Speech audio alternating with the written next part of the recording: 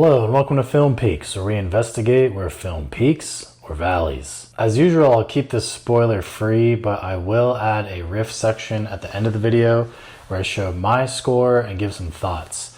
I do it this way because my score is a review of the quality throughout the film, so some people might view that as a spoiler, so we'll get to it. A man becomes increasingly desperate when he realizes he is trapped in a subway station, needing to complete a mission to get out. If this sounds familiar, you may be thinking of the video game The Exit 8.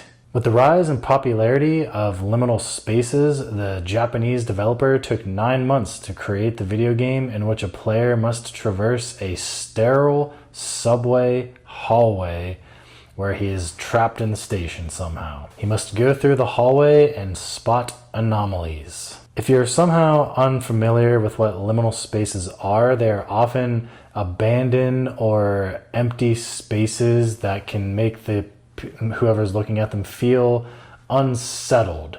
They're kind of trapped in between from what was and what's next. Starting at Hall 0, the player must traverse through the hallway, and if they succeed, that number will increment to 1.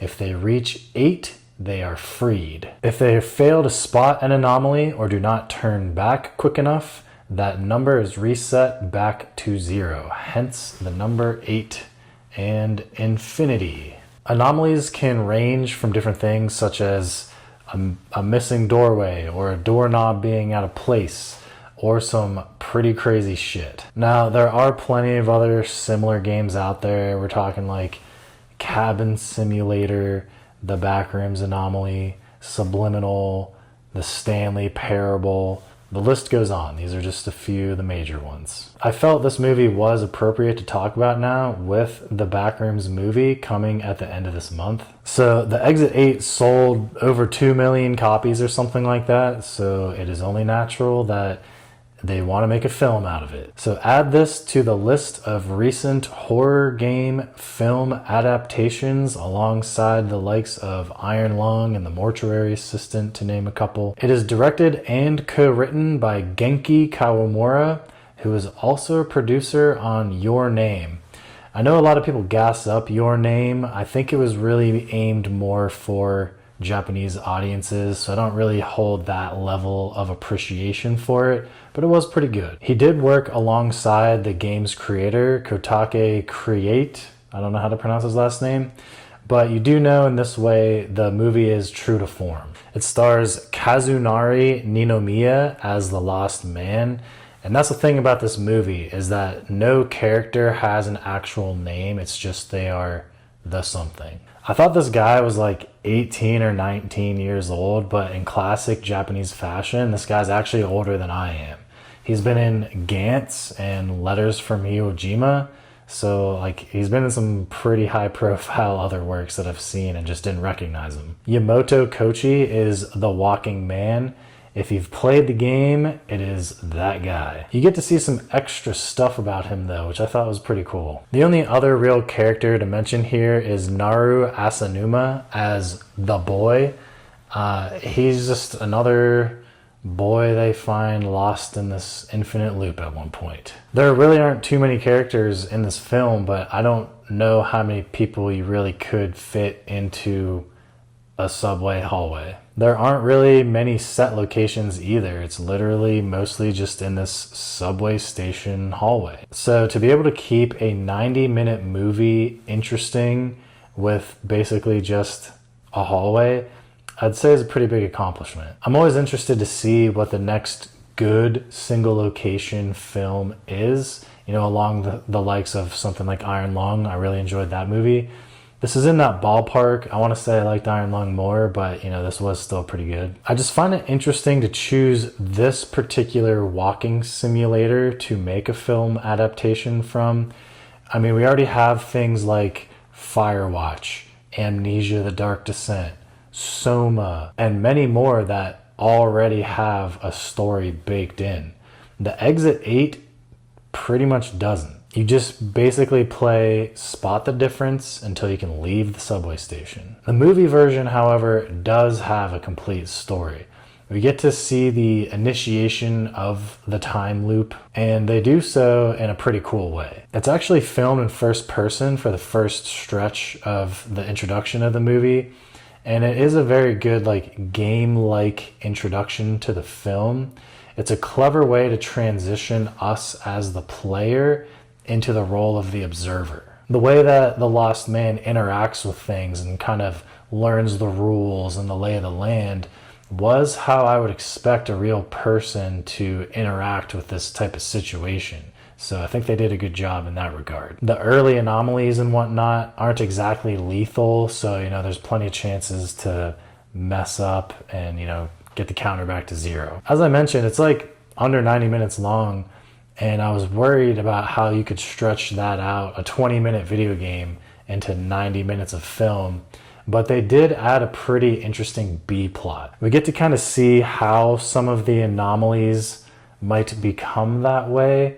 And I'm being intentionally vague here because I don't want to give too much away. The thing to know here is that they did add some story here that was not present in the game, and they did it in a good manner. However, I did mention in my previous review actually that trauma is the bad guy is a little bit overplayed for me personally. Like, I watch movies to escape for a little bit. I deal with enough shit in real life that I don't need to just dwell on my traumas. But, everybody has some kind of trauma, so it is something we can latch on to. In the game, the shtick is that it's a bit of a lesson. You want to stray away from making negative choices.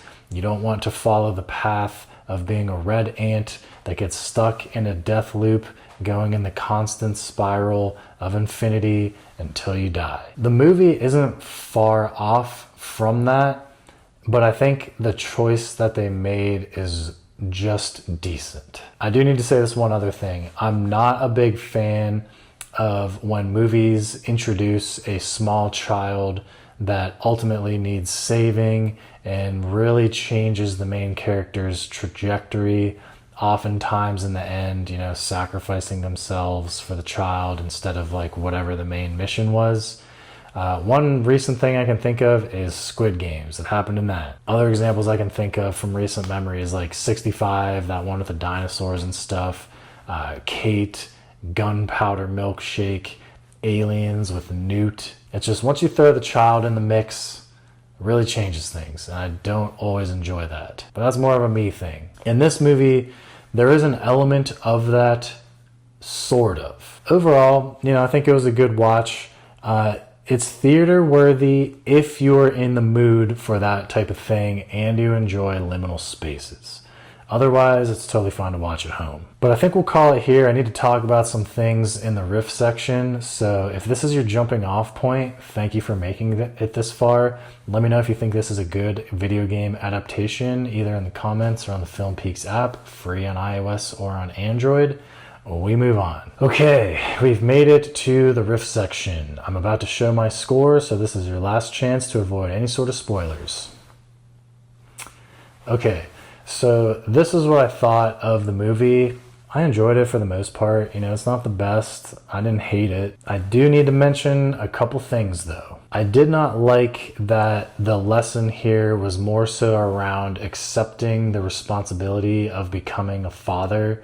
Like, that's what kind of starts the time loop. He didn't stand up for the woman on the train, and then we circle back to that and it ends, and he does stand up for the woman on the train so that he is now ready to become a father, rather than just generally making negative or bad choices. Sacrificing himself for the kid in the tsunami, I thought that was kind of lame, especially because, unless I missed it, you would think that he would die from that, but there is some kind of like time dilation going on, so he survived somehow. I'm not quite sure, but the gist is that he did sacrifice himself for the kid, and that was him becoming a father and whatever, but that's not my favorite. I don't quite understand how it works with the boy though. Like, he gets his own section in the movie, but it's also like the image of the lost man's son. So was he real? Again, there's like time dilation going on. I don't really know.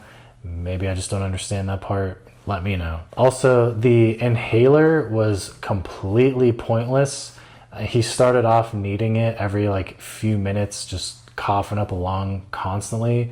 And by the end of the movie, it had been, I don't know, like at least 45 minutes since the last time he used it. I don't think it needed to be included at all. Maybe that's like another metaphor that I'm missing or something. Let me know. But I do really like the addition of seeing how the walking man became an anomaly. With that, we can kind of infer that it's sort of the same thing that happened to the girl that they see in the hallway at one point. But anyways, what do you think? Do you enjoy when movies toss in a kid that needs saving and ultimately change the plot of the movie? Do you enjoy liminal spaces? Let me know in the comments or on the Film Peaks app, free on iOS and on Android. Thank you so much for watching this far, and I'll see you at the top.